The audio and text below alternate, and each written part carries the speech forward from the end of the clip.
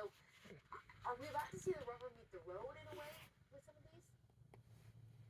Jessica, I think we are, but it's going to be in a weird progression where the cases are not going to come back to the court as quickly as they've gotten there through all these emergency applications, and where the timing really is actually very much being controlled by the Trump administration. And Joan mentioned the tariffs case. There's a reason why that one's first. It's first because that's the one that the Justice Department wanted to be first. So, I think it's absolutely right that the Supreme Court term that starts tomorrow is going to be even more of a reckoning for Trump policies than what we've seen to date.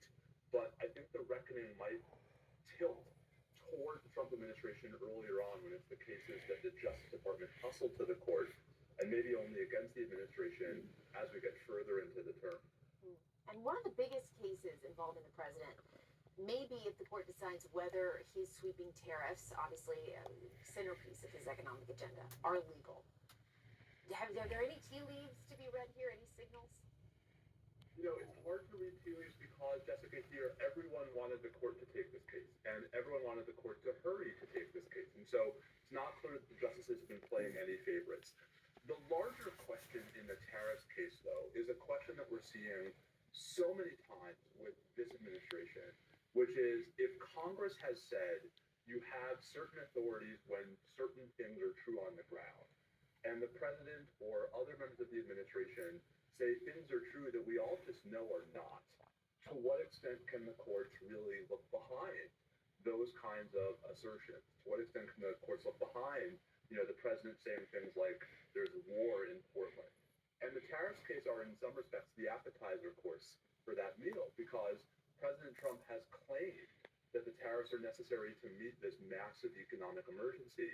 I think that's going to be a very early, very important test for whether the justices are willing to take the president's word for it, or whether they're going to keep their own counsel about what is actually true on the ground. Yeah, that will be quite interesting to see.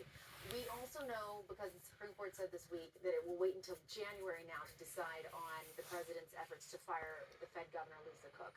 That Cook's allowed to stay on the job until then. This is, of course, about one person, Lisa Cook, but it's also about the independence of the Fed and what kind of role the president can have. What's your thinking as we go into that case? Yeah, I think there are really two different pieces to the Lisa Cook case. And Jessica, you hit on one of them, which is, this question of whether the Fed's independence, which the Supreme Court has already alluded to in its decision earlier this summer, allowing the president to remove members of the National Labor Relations Board and the Merit Systems Protection Board, is the court really going to be invested in protecting the Fed's independence in contrast to those other agencies?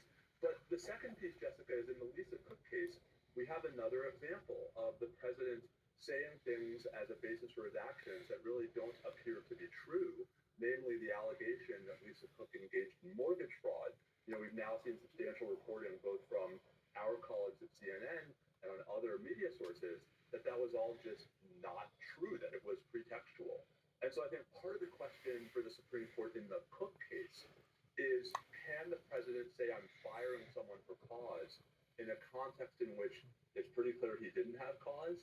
What kind of hearing might Lisa Cook be entitled to before she can be fired? I think, Jessica, that's part of why we're seeing the court move differently in the Cook case than in the cases about the Federal Trade Commission and National Labor Relations Board, not just because of the Fed's independence, but because of this question of just how much should we defer to what really seem to be inaccurate, if not sort of reverse engineered factual findings by the president.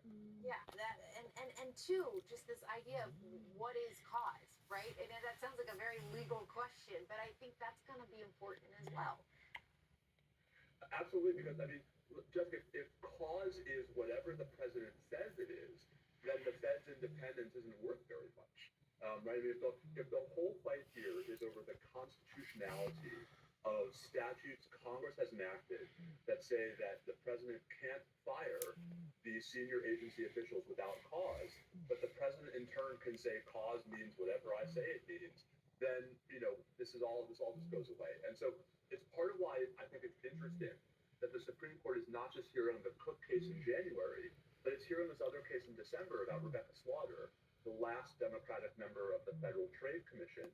that case really is, I think, even more of a structural question about these kinds of for-cause removal statutes.